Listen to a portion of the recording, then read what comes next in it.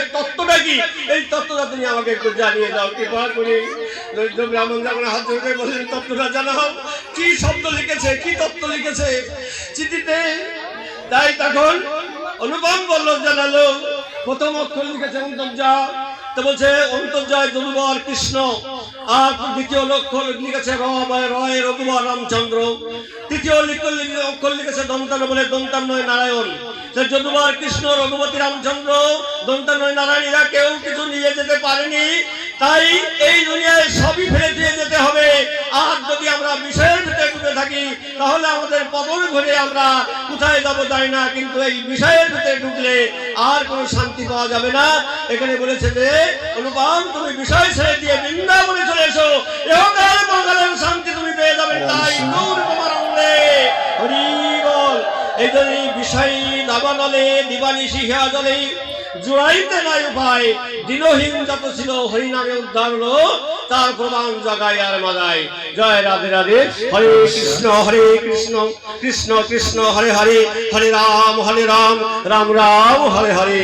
এখানেই আমি বিশ্রাম দিলাম ভগবান। যাই তাই যাই, আমার কথাতে ভুল হলে সবাই আমাকে ক্ষমা করবেন। ধন্যবাদ। সতীর্থ বৈষ্ণব ভক্ত অনন্ত কৃষ্ণ প্রভুর শ্রীমুখ থেকে গুরুদেবের মহিমা কথা তথা অনুপম রূপ সনাতনের কথা শ্রবণ করলাম, গুরুদেবের কৃপার কথা শ্রবণ করলাম। শুনলে গুরুর কথা তম মোহ আসে যথা, দূরে যায় হৃদয়ের ব্যথা।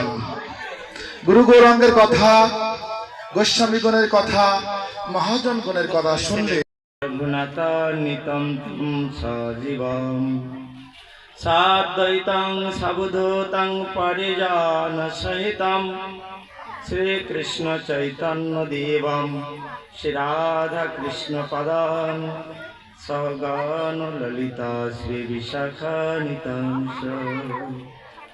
গুরাবে গৌরচন্দ্রায় রাধিকায় তদালয়ে কৃষ্ণায় কৃষ্ণ ভক্তায় তদভক্তায় নমো নমঃ।